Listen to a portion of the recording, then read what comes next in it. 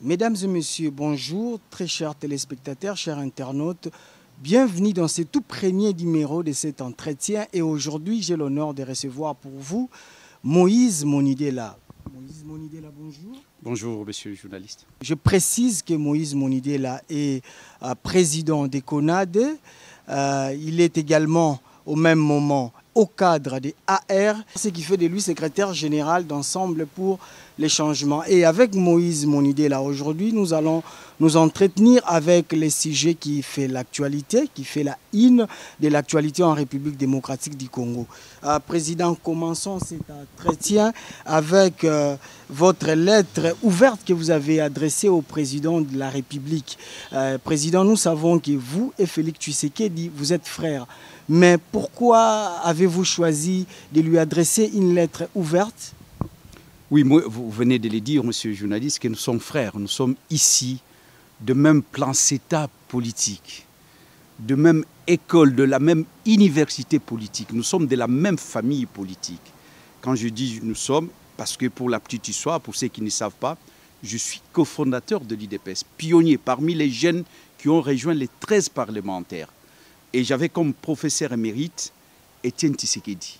Il y avait beaucoup, il y a 13 parlementaires, mais vous savez très bien que parmi les 13 parlementaires, celui qui est resté constant jusqu'à le dernier jour de sa vie dans la droite ligne de ce que eux, les 13 parlementaires, ont choisi comme option, c'est-à-dire de défendre le droit, c'est Étienne Tshisekedi. Donc, nous sommes de la même famille, nous avons la même culture politique. Et dans l'IDPS, l'IDPS a commencé avec la lettre de 52 pages, l'interpellation, la lettre ouverte adressée à Mobutu. Et avant cela, c'était l'interpellation au Parlement, où ils se sont rendus compte que le pays n'était pas bien géré, il n'y avait pas l'orthodoxie financière. Et après l'interpellation, ils ont écrit une lettre de 52 pages à Mobutu. Donc je suis dans cette culture, je suis un porte-parole du peuple. Qu'est-ce que le peuple dit? Le peuple ne comprend pas que Félix Tshisekedi, Président, s'il vous plaît, avant d'en arriver là, vous avez la possibilité d'échanger face à face avec Félix Tshisekedi, mais vous avez préféré une lettre ouverte. Alors, nous posons la question, est-ce qu'il y a aujourd'hui une distance entre vous et le président? Félix Tshisekedi est devenu président de la République. Moïse Monidela, c'est un citoyen lambda. C'est vrai, j'ai président d'un parti politique. J'ai utilisé cette voie. Je crois que c'est la voie qui me paraît la plus appropriée aujourd'hui pour se faire entendre. Parce que vous savez, j'ai écrit plusieurs lettres à Kabila. Plusieurs lettres. À Mobutu, si j'avais écrit, j'étais jeune, j'avais écrit. Mais à Kabila, plusieurs lettres. Mais c'est une seule fois Kabila m'a répondu. Par l'entremise de son conseiller politique. Les Congolais, nous n'avons pas la culture de la lettre. Surtout pas lorsque la lettre elle est fermée. On ne répond pas à des lettres. Ça, vous le savez très bien. Si vous voulez cacher un Congolais quelque chose, il faut le mettre par écrit. Ça veut dire que si j'écrivais une lettre classique, fermée, où on adresse au président, on ne la met pas ouverte, elle n'est pas ouverte, il y avait de fortes chances que le président ne puisse même pas être au courant de ce que j'avais écrit. Je sais que vous avez plusieurs choses à dire, mais j'aimerais que vous puissiez fixer ceux qui nous suivent. Quel est exactement le contenu de votre lettre, brièvement? Mais c'est ce que je suis tenté de dire. Je lui ai dit que s'il y a un parti qui a beaucoup donné, c'est l'IDPS. Et on ne peut pas, un membre de l'IDPS, de surcroît président de la République, dire que non, ce que faisaient ces gens-là, ce n'est que non, il n'y avait rien, mais c'était la simple diabolisation. L'Allemagne était diabolisée. Alors que il n'y a pas très longtemps, on a calciné les gens au siège de l'IDPS. Je lui reproche quoi?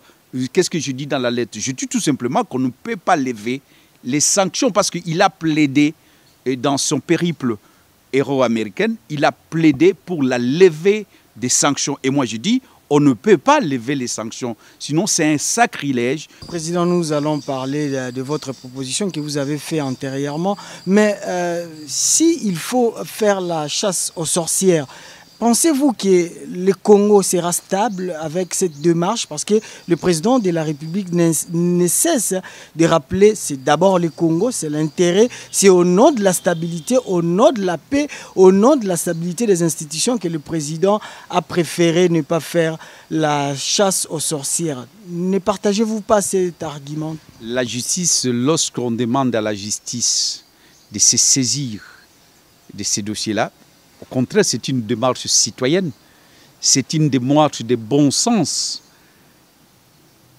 Quoi de plus normal dans un pays? C'est la justice qui répare. La justice a un rôle, pas seulement de sanctionner, la justice a aussi un rôle pédagogique. La justice peut réparer les torts, la justice peut même réconcilier dans un pays. Donc, au contraire, ce que vous dites là, c'est le contraire de tout ce que... C'est lorsqu'il y a l'impunité que demain quelqu'un d'autre va se réveiller, il va tirer, il va tuer. Parce qu'il dit qu'on ne va pas le juger, il n'y a rien. Regarde dans des pays où il y a la paix, la France, je parle de pays, la France, tous ces pays que nous envions, que nous appelons même Lola. Parce qu'en Belgique, les Congolais, nous appelons Belgique Lola. C'est-à-dire le paradis. Mais tous ces pays-là, il y a la justice.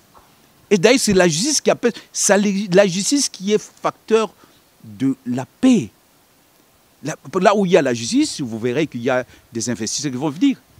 Et c'est la justice même qui peut amener des gens, des investisseurs à investir. Et ça va créer des emplois. Parce que vous savez bien que non, si j'amène mes affaires, donc si j'ai du mal à partir avec mes travailleurs, la justice va me départager. On doit respecter les lois. Ce n'est pas parce que j'investis dans un pays que je n'ai pas de droits. Tout ça, c'est au contraire. Ce que vous dites là, c'est le contraire de ce que nous voulons. Nous voulons la paix. Mais la paix passe par la justice. Mais le président de la République avait bien martelé là-dessus pour dire à l'opinion que lui, il ne peut pas se substituer aux cours et tribunaux. Mais ce qu'il va faire, c'est pendant son quinquennat, qu'il n'ait plus les actes de corruption, qu'il n'ait plus les détournements, parce que lui, après 5 ans, il aura les devoirs de redevabilité envers le peuple, parce que le peuple attend de lui de faire quelque chose pour la République. Il doit se concentrer sur le travail. Ne pensez-vous pas qu'il a raison? Quelle contradiction! C'est une contradiction manifeste du chef de l'État. Au même moment, il dit une chose et son contraire. Il dit qu'il ne va pas fouiner et il dit que la justice doit... Mais vous savez bien ce que c'est un chef de l'État dans un pays comme le nôtre. C'est le garant du bon fonctionnement des institutions. C'est le premier magistrat du pays. Lorsqu'il donne une orientation, il dit on ne va pas fouiner. Ces gens-là, ce sont des saints des saints. Bon, il n'a pas dit ça, mais il a dit qu'on ne doit pas les diaboliser. On a diabolisé cela. Le contraire des diables, c'est quoi? Ce n'est pas les saints. Donc, les téléspectateurs qui nous suivent, ils vont comprendre. Je ne l'accuse pas. Il a dit mot à mot que tout ce qu'on disait de ces militaires-là, c'était la diabolisation. Bon, s'ils ne sont pas des diables, alors ils sont des saints. Alors, comment un président qui dit ça, les juges, qu'est-ce qu'il fera? Les juges qui suivent les présidents, quel est ce juge-là qui va aller à la compte dans un pays? Nous sommes en France. Même en France, lorsqu'un chef d'État dit ça, mais il faut être juge bruguère, hein? Il faut être peut-être de juge. J'ai vu des juges, Eva Joly, par exemple, des juges qui sont allés à la contre. Mais en Italie, il y a un juge qui est allé à la contre, il a été tué. Les juges qui parlent, parfois, c'est à leur risque et péril. Un juge qui va aller à la contre des propos du chef de l'État. Et qu'on va commencer à fouiner. Mais non, mais soyons sérieux, descendons sur terre. Nous sommes au Congo, nous sommes en Afrique. Donc lorsque le président donne une telle orientation, ça veut dire qu'il a d'un revers de la main, il a absous, il a effacé les crimes. Lorsqu'il dit que lui ne doit pas fouiner, ça c'est le passé. Non, le passé nous permet d'entrevoir l'avenir. Moi, la première leçon que j'ai eue de mon maître, mon professeur Tshisekedi, c'était « Vous devez connaître l'histoire de votre pays. Et l'avenir de votre pays, c'est vous. » Les deux, vous voyez, curieusement, lui dit que le passé, on ne doit pas fouiner le passé. Alors que Tshisekedi, lorsque je raconte, il me dit « Vous devez connaître l'histoire de votre pays parce que l'avenir, c'est vous. » C'est les deux, parce que le passé nous permet d'entrevoir l'avenir. J'aimerais que vous puissiez nous éclairer là-dessus. Quand on parle des affres de la dictature du régime de Joseph Kabila, Moïse Monidé là se déchaîne. Évidemment, vous étiez victime, témoin oculaire et auriculaire des événements du 19 septembre 2016. Et par la suite, ça vous a coûté la prison, hein, plusieurs mois en prison. Mais Moïse Monidé, dites-nous d'abord, à quand est-ce que vous allez pardonner le président sortant Joseph Kabila ainsi que ses lieutenants? Je suis prêt, je viens de vous dire qu'en dehors de l'homme, quand vous me parlez de pardon, je me réfère à la parole divine. Et voilà que je suis apaisé. Parce que le pardon libère.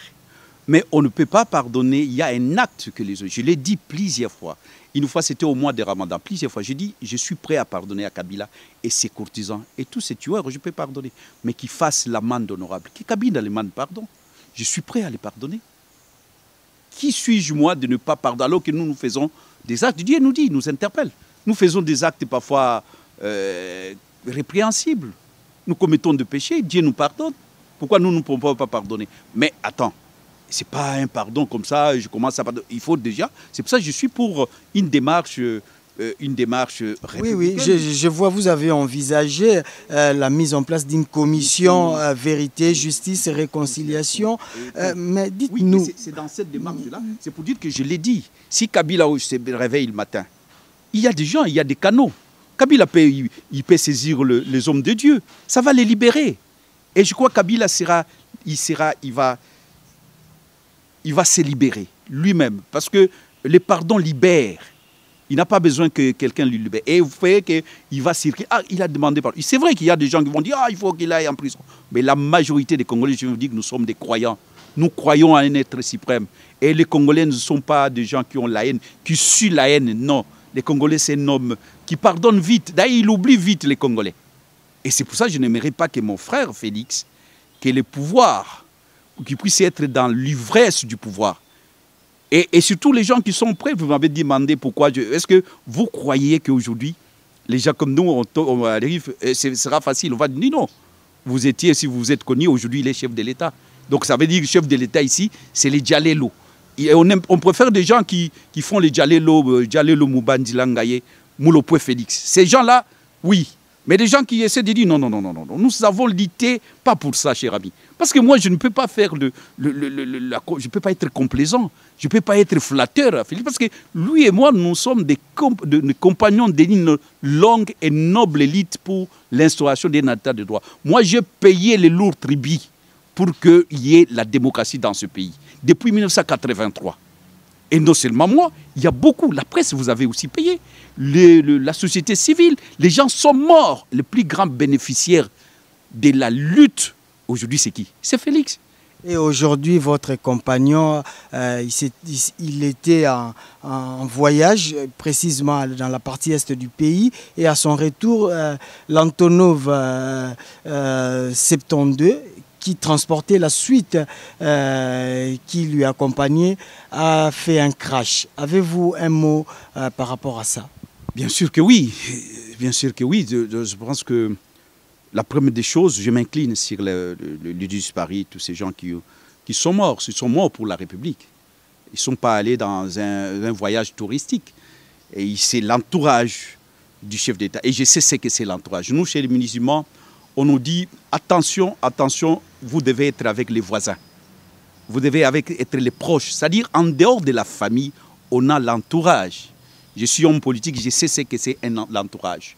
Les voisins. Parce qu'avant que la famille arrive, les voisins qui sont là. Donc, ce sont des gens qui comptaient beaucoup pour le président Félix Tshisekedi. Et je compatis au malheur qui lui arrive.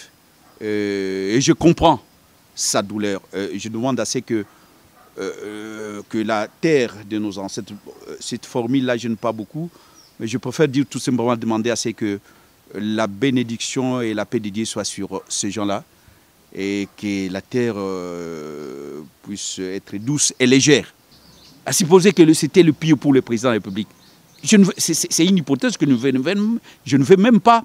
Mais la réalité, il faut regarder la réalité en face. Nous ne devons pas fuir la réalité. J'ai suivi Herman Cohen. qui lui ne passait pas les débats de la rue en dessous de l'arbre. Non, ce n'est pas ces gens. Il a dit qu'il va de la sécurité du président et de la sécurité du Congo. Lui, il est de la CIA. Ce n'est pas un secret. Et je vais même bien, il n'y a pas très longtemps, je viens de suivre des documents qui font allusion à la CIA. Je ne sais pas si c'est vrai. Tout ce qui est dans les réseaux sociaux, je ne dis pas que c'est vrai. Mais il n'y a pas très longtemps, avant que nous puissions commencer l'interview, il y a des informations allant dans ce sens que la vie du président, parce que lui-même l'a dit, que nous devons faire attention à ça.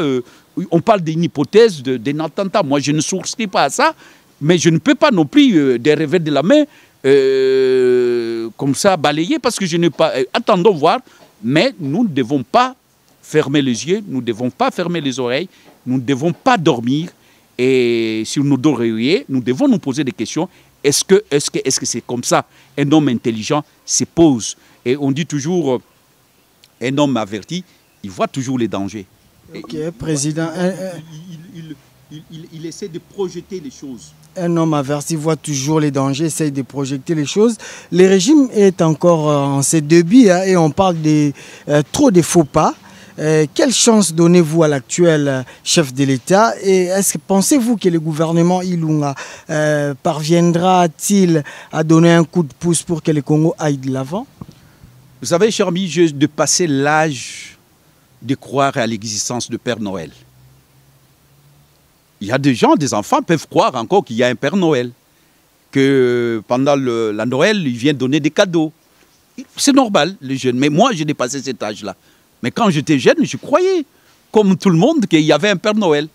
Alors, moi, j'ai dépassé l'âge de croire à des discours. J'attends voir. Moi, je connais, j'étais aussi au gouvernement. Lumumba, avant de mourir, il voyait l'avenir du Congo en rose. Il disait ça. Tshisekedi dit de même. Pourquoi nous nous battons si c'était une fatalité que le Congo ne peut pas se développer, ne peut pas progresser? Pourquoi alors je me bats? Je viens de vous rappeler. Je n'aime pas trop parler de moi, mais à un moment, il faut parler. Moi, je viens de vous rappeler que j'ai commencé ces combats en 1983 auprès des 13 parlementaires. Et lorsque je raconte Etienne Tshisekedi, il me dit, l'avenir de ce pays, c'est vous. Mais c'est vous, vous êtes de l'opposition. Et aujourd'hui, vous faites une opposition républicaine. Donc, vous avez aussi une responsabilité de tirer la sonnette d'alarme pour que les gouvernements fassent mieux pour les peuples. Je voulais tout simplement dire, je crois fermement à l'avenir en rose de mon pays. Pourquoi je dois être pessimiste? Pourquoi déjà je crois en Dieu? Quelqu'un qui croit en Dieu ne peut pas être pessimiste. Et Dieu nous a doté un pays merveilleux. C'est le pays le plus riche du monde. Je dis bien le pays le plus riche du monde. Et quand je dis ça, c'est sans exagération. Tous les professeurs français, belges, américains nous ont dit ça. Et ils ont écrit, noir sur blanc. C'est la capitale de l'or, c'est la capitale du diamant, c'est la capitale de ceci, c'est le premier pays producteur de l'or, premier pays producteur de ceci. Nous sommes toujours premiers. Là où nous ne sommes pas premiers, nous sommes troisième. Et bien alors, qu'est-ce qui manque? La superficie. Nous ne manquons pas de l'eau, rien que dans le domaine qui est le mien, mon domaine de prédilection, aujourd'hui, la nature.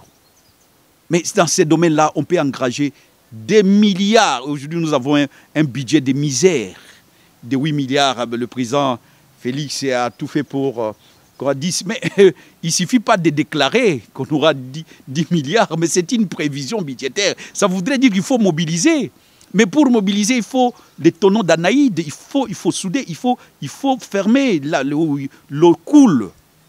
Il faut plomber là où l'eau coule. Parce que les tonneaux d'Anaïde, au même moment, l'argent entre, mais l'argent sort dans les poches des gens. Bon, comment vous allez mobiliser les 10 milliards ou même les 8 milliards? C'est chimérique, c'est même illusoire. Donc moi, je ne peux pas croire à un rêve qui n'est pas à des chapelets de bonnes intentions. Quand même, j'ai quand même un passé dans ces pays. Un passé qui me pousse à ne pas être naïf. Sinon, c'est-à-dire tous les temps que j'ai fait dans la lutte, depuis 1983, donc tous ces temps-là, j'étais un élève ou un étudiant qui faisait l'école buissonnière. Vous avez toujours l'habitude de dire que vous ne jetez pas l'eau du bain avec les bébés. Aujourd'hui, nous voyons la scolarité, l'effectivité de la gratuité de l'enseignement de base. Ne pensez-vous pas que Félix Tshisekedi est déjà dans les bons? Je disais sur une chaîne, vos concerts, de vos concerts qui m'a interviewé, c'était permettez-moi de le dire, Univers Télé chez Laurette Mandala. Je disais que, madame, vous devez garder cette bande-là, parce que ça nous rattrape. Je disais que si on n'accepte pas, on n'applaudit pas, on n'est pas content de la gratuité de l'enseignement, alors on est sorcier. Je l'ai dit et je le pense, et aujourd'hui je viens de le dire sur les antennes d'APIC. C'est pour dire que Moïse Monidela, je ne fais pas la politique jusqu'au boutiste ou extrémiste ou maximaliste.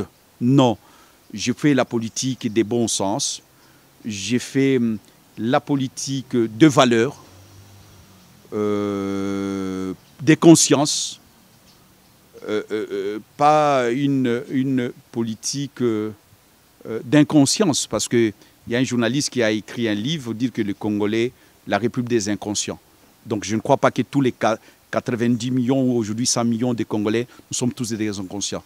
Donc partant de là, c'est pour dire que c'est une bonne mesure. Voilà, une très bonne mesure qui souffrait parce que c'était constitutionnel. On va le dire, les gens du Kabila, je l'ai vu pérorer sur toutes les antennes de chaînes de télé pour dire que non, cette mesure-là, c'est Kabila. Ok, bien, mais c'est aussi, si c'est Kabila qui voulait faire, pourquoi il ne l'a pas fait? Mais aujourd'hui, Félix le fait bon. Mais c'est constitutionnel. Si on me dit c'est Kabila, ok, c'est pour dire que c'est un processus, que tout le monde est à sa part. Bravo! Tous ceux qui ont œuvré, et même la presse, nous tous, je pense que la victoire a beaucoup de parents, hein, tandis que l'échec est orphelin. Bon, mais au jour d'aujourd'hui, il faut saluer ça, c'est par l'avènement de Félix Tshisekedi que la gratuité de l'enseignement est devenue aujourd'hui, si pas effective, mais en tout cas, elle est là. Ça sera, donc moi, je préfère qu'il y a chaque chose, il y a toujours une étape. C'est un processus. Mais il faut déjà saluer ces processus, même si ce n'est pas effectif. Mais moi, je salue la décision. Je salue. Je sais qu'il y a des imperfections, je sais qu'il y a des ratés. Mais aujourd'hui, il y a beaucoup de parents qui n'ont pas déboursé beaucoup d'argent ou l'argent. Ils n'ont pas eu de migraines pour la scolarité de leurs enfants cette année. Mais tant mieux. Voilà, pour vous dire que nous sommes... Parce que les gens croient que nous sommes... Moi, je ne suis pas ennemi de Félix. Je n'étais même pas ennemi de Kabila. Président... Attends. Je n'étais pas ennemi de Kabila. Je l'ai toujours dit. Et pourquoi je ne suis pas ennemi de Félix? Nous sommes des adversaires. Mais quand je suis... Il ne faut pas qu'on puisse vouloir une chose de son contraire. La démocratie, c'est un régime de contradictions. C'est un régime où les gens doivent s'exprimer. Les gens doivent dire ce qu'ils pensent. Mais les gens aimeraient tout que l'unanimisme. Les gens aiment bien que nous puissions... Ils aiment bien l'unanimisme. Et l'unanimisme, ce n'est pas la démocratie. De dialoguer l'autre. On doit dire amen à tout ce que Félix fait. Et là, vous êtes... Bon, non, on ne fera pas ça. Et ceux qui veulent ça, ils ne rendent pas service à Félix. Félix, il a dit, je ne sais pas s'il l'a dit, il a dit du bout des lèvres, il a dit qu'on ne fait pas de lui un dictateur. Qu'on ne fait pas de lui un dictateur. Alors pourquoi vous dites on veut faire de lui un dictateur? Que tout ce qu'il fait, donc si on critique, non, nous on doit continuer à critiquer parce que nous sommes avec lui de l'école de Tshisekedi, qui nous a appris de dire non, qui nous a appris de critiquer une critique objective. Et voilà là, il y a quelque chose de bien, la gratuité de l'enseignement. J'applaudis, j'ai dit c'est une bonne mesure. Il y a aussi une autre mesure qu'il a prise, une autre décision de créer l'agence contre la corruption. Je dis bravo, c'est une bonne décision, mais pourvu que ça ne puisse pas être une lettre morte, que ça ne puisse pas rester au niveau des intentions, des chapelets, des bonnes intentions, parce qu'on en a connu.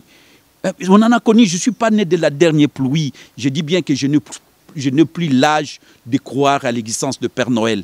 Mobutu nous a... Attendez, monsieur, attendez. Moïse Monidela, je vais vous laisser continuer. Mais... Vous allez altérer mon idée. Mobutu, c'est ce que Kungwendo Azamanga faisait de très beaux discours. Parce que les gens croient que parce que Félix a dit oui, on doit applaudir. Non, on applaudit, mais on dit oui, mais on attend. Je crois que c'est une attitude logique, une attitude normale d'un homme averti. Un homme averti en vaudé. Les Congolais ont bu beaucoup de discours. Les Congolais ont avalé beaucoup de couleuvres. On nous faisait croire que le Congo, après, nous serons les premiers. Mobutu disait ça. On sera toujours les premiers, pas deuxième, mais en tout cas, pas au-delà des troisièmes. Mais le Congo aujourd'hui est à la queue. Mais si ce n'est que les discours, les gens croient que quand Félix dit des choses et il parle, oh voilà, il a bien dit, il a bien parlé. Oui. Est-ce que le peuple attend le discours. Le peuple congolais n'en a cure des discours. Le peuple congolais attend que dans son assiette, qu'il puisse y avoir quelque chose dans son assiette, qu'il puisse au moins manger, qu'il puisse au moins boire, qu'il puisse boire de l'eau fraîche, je voulais dire de l'eau potable. Il n'y a pas de l'eau dans un pays où c'est presque un réservoir d'eau du monde, c'est le Congo. Mais les gens n'ont pas d'eau. Vous trouvez ça normal? Dans un pays où nous sommes l'électricité, nous avons avec le barrage d'Inga, on donne même dans d'autres pays. Il faut qu'il y ait des changements. Moi, j'attends des changements. Et lorsqu'il y aura un changement qualitatif dans la vie des Congolais, je vais applaudir. Comme je viens d'applaudir, je dis, jusque-là, je dis, la décision est bonne, mais il faut qu'il donne les contenus. Agence contre la corruption. Kabila a créé, a nommé même oui, président. Mais où est le résultat? Les Congo ne va pas se reconstruire à un seul jour. On n'a pas dit ça? On n'a pas dit que le Congo va se reconstruire à un seul jour. En tout cas, c'est qui est. C'est pour cela, moi j'attends. J'attends, et lorsque je verrai des choses positives, venez me dire, moi je suis croyant. Monsieur, en dépit de tout, je suis croyant. Un croyant, quelqu'un qui croit en Dieu, je me réserve de mentir. Quand quelque chose est blanc, c'est blanc. Comme je viens de vous dire là, il a pris des décisions que je salis, la gratuité et la mise en place d'une agence contre la corruption. Mais j'attends qu'il puisse donner les contenus à cette agence-là. Sinon, ça sera du pipeau encore, la poudre aux yeux du peuple. Parlons d'un autre actif du président de la République dans son compte. Votre frère Salomon Kalonda Dela a obtenu son passeport après une longue attente. La décrispation politique en République démocratique du Congo, précisément dans les régimes de Félix Tshisekedi, est-elle effective? Je dis, cher ami, pourquoi l'acquisition d'un passeport doit être un événement? En principe, les passeports, c'est une identité que un Congolais peut avoir. Un citoyen a droit à ça, c'est un droit. Ce n'est pas une faveur. Mais pourquoi ça a créé des tollés? Pourquoi ça? C'est parce que les gens, les observateurs avertis, ils ont identifié, et lui-même, il a identifié ça comme une injustice. Et c'est vrai, c'était une injustice. C'était une injustice. Les gens qui étaient dans la même situation que lui, ils ont eu facilement, je dis bien facilement, les passeports. Parce qu'on se connaît. Après tout, on se connaît. Hein? C'est que j'aimerais bien que les téléspectateurs puissent savoir, on se connaît. Oui, président, on ne se limite pas seulement à ces cas-là, parce que si Salomon traînait à détenir son passeport, d'un côté, il y avait aussi Moïse Katumbi qui était empêché de rentrer, sans compter les prisonniers politiques. Voilà pourquoi je pose la question de savoir, est-ce que la décrispation politique en RDC, sous les régimes de Félix Tshisekedi, est-elle aujourd'hui effective? Bon, je ne voulais pas répondre d'une manière mathématique de plus d égale 4. Je voulais faire comprendre aux gens, aux téléspectateurs, que c'est un droit avoir un passeport. Mais cela étant, je salue c'est la décrispation, les climats. Les climats, moi je parlerais d'une détente politique, d'un apaisement. On sent que sur ce plan-là, il y a un apaisement et c'est sous l'égide du président Félix. On ne peut pas lui renier ça. Ne comptez pas sur moi. La victoire a beaucoup... D'ailleurs, il avait déjà dit, au cours d'une interview mémorable à Bunia, il avait dit, Salomon Kalonda Dela, c'est un citoyen congolais, il a droit au passeport. Je le connais, c'est un jeune frère qui était même très proche de moi. Il a dit. Et partant de là, le débat était clos. Et il est allé à la compte même de tous ceux qui disaient le contraire. Moi, je crois qu'à partir de cela, le débat est clos. Lorsqu'un président se prononce, lui qui connaît bien les dossiers, il connaît, il a des services. Alors, à moins qu'on me dise qu'il n'a pas de services, il a des services. Et c'était au service d'appuyer, de matérialiser ce que le président dit.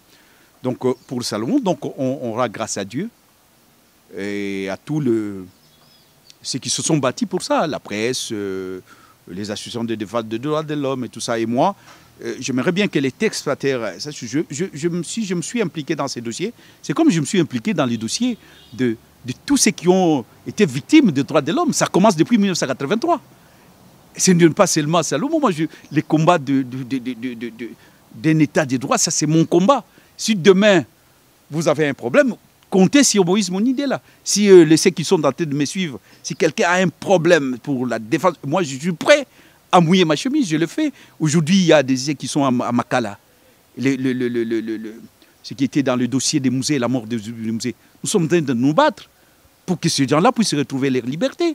Parce qu'ils ont le droit, c'est la liberté, c'est un droit. Tandis que l'incarcération, c'est une exception. La règle, c'est que les gens puissent être libres. C'est la Constitution qui le dit, ce n'est pas moi. Et nous nous battons pour l'existence dans ce pays d'un état de droit. Et Salomon, ce qu'il vient d'avoir, c'est l'état de droit. Et la libération des prisonniers politiques, vous l'avez épinglé. Bon, moi, j'ai été libéré aussi par rapport à cette décrispation. Et donc, c'est pour dire que ça ne commence pas seulement avec le président Félix. Il faut, je rends hommage aussi à la SENCO. Ça a commencé par là. Donc, la conférence de la SENCO a mis en place ces mécanismes-là de la décrispation.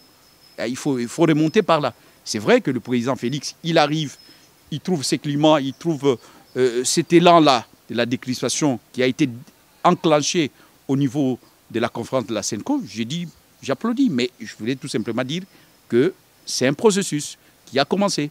Et je salue, si vous voulez bien mon point de vue, je salue. Et voilà encore une fois, quand quelque chose quand c'est blanc, c'est blanc, quand c'est noir, c'est noir. Là, on sent qu'il y a une volonté manifeste du président actuel de décrisper la situation. Et tant mieux, mais cela étant, il y a aussi d'autres choses qu'on pouvait épingler. Oui, Président, pendant que le président pose des gestes concrets par rapport aux attentes, surtout de la classe politique, parce que la décrispation était l'un des points repris dans l'accord de la Saint-Sylvestre. Mais aujourd'hui, nous continuons de voir nos frères de la diaspora continuer à se manifester dans les actes inciviques. Dernièrement, le drapeau de la RDC a été déchiré par l'un de nos concitoyens en Belgique. Comment trouvez-vous ces comportements? Bon, vous savez, le droit de manifester, c'est un droit. Il faut le dire, le droit de manifester, c'est un droit. Moi, je me souviens, moi, Moïse Monidela, si vous voulez bien, les images sont là. Nous n'avons pas déchiré, mais lorsque Mouzé arrive, nous sommes allés à l'ambassade du Congo, du Zaïre, en France. J'étais parmi les tenants. Je dis bien, j'étais parmi les tenants de cette... Nous avons descendu les drapeaux et nous avons hissé les drapeaux du Congo. Donc, c'est un acte, mais jusqu'à déchirer, peut-être pas, jusqu'à brûler, peut-être pas, mais le drapeau, c'est le symbole de la patrie, c'est le symbole d'un pays. Parfois, pour la désapprobation, on peut prendre un drapeau, peut-être le déchirer. C'est dont je n'approuve pas. Je ne dis pas que Moïse Mounid, mais je suis en train d'expliquer ce que ça se fait. On a vu les drapeaux d'Israël, les gens prennent déchirer, les gens ont pris le drapeau de la Palestine, ceux qui étaient contre, ils ont pris le drapeau de la Palestine, ils ont déchiré, les autres, les drapeaux des États-Unis, on a déjà vu déchirer ou brûler. Ça se fait, c'est une désapprobation, mais moi je n'approuve pas ça. Je ne dis pas qu'on doit aller, surtout un Congolais, brûler cela, mais je ne voulais pas qu'on puisse, comme vous voulez le dire, de jeter le bébé et l'eau du bain. Parce que le même, moi je ne vais pas, vous voyez que nous avons parlé, je parlais du président de la République, mais je n'aime pas parler des gens. En tout cas, ce n'est pas mon style. Je n'aime pas parler des gens. Quelqu'un qui n'est pas là, je commence à parler... Par là, je voulais tout simplement savoir votre point de vue sur le phénomène combattant. Est-ce que ce phénomène-là doit-elle continuer à exister? Je vais vous dire tout simplement que nous tous, avec le même président, nous avons utilisé les mêmes armes, avec les mêmes combattants. C'était pour des causes bien définies, des causes nobles. Les combattants nous ont accompagnés dans ces combats-là, il faut les dire. Parce que ne pas les dire, c'est biaiser l'histoire. Et moi, je n'aime pas mentir, je n'aime pas biaiser l'histoire. Les combattants qu'aujourd'hui qu'on est en train de fustiger, c'est les mêmes combattants qu'on a dit que c'est deux vaillants combattants qui sont en train de se battre pour eux. Quelqu'un peut manifester en quoi il est mauvais, en quoi il devient hostile. Si quelqu'un manifeste pour dire non, moi je ne suis pas... Il y a ceux qui disent oui, j'ai applaudi le président. Il y a d'autres qui disent non, je n'applaudis pas le président et on utilise les moyens. Mais encore une fois, parce que vous m'avez posé la question de drapeau, je ne suis pas pour qu'on puisse aller jusqu'à brûler des drapeaux. Mais les manifestations des combattants doivent manifester. Et ça ne doit pas, on ne doit pas limiter ça dans le temps et dans l'espace. Pourquoi vous voulez limiter ça?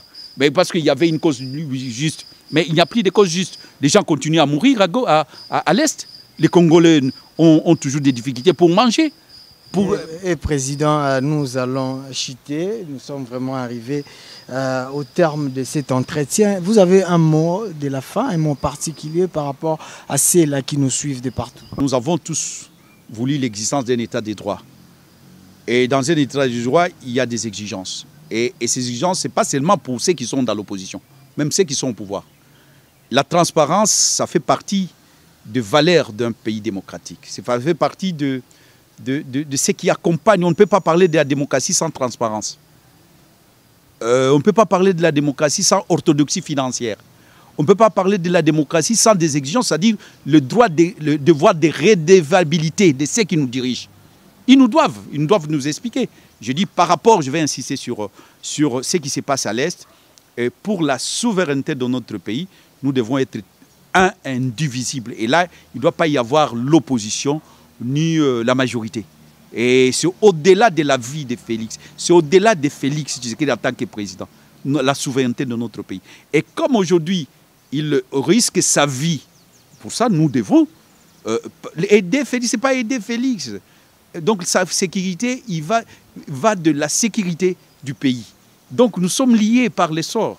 Et comme nous sommes liés par les sorts, à un moment, on doit mettre de côté nos différences et nos divergences et voir l'intérêt supérieur de la nation.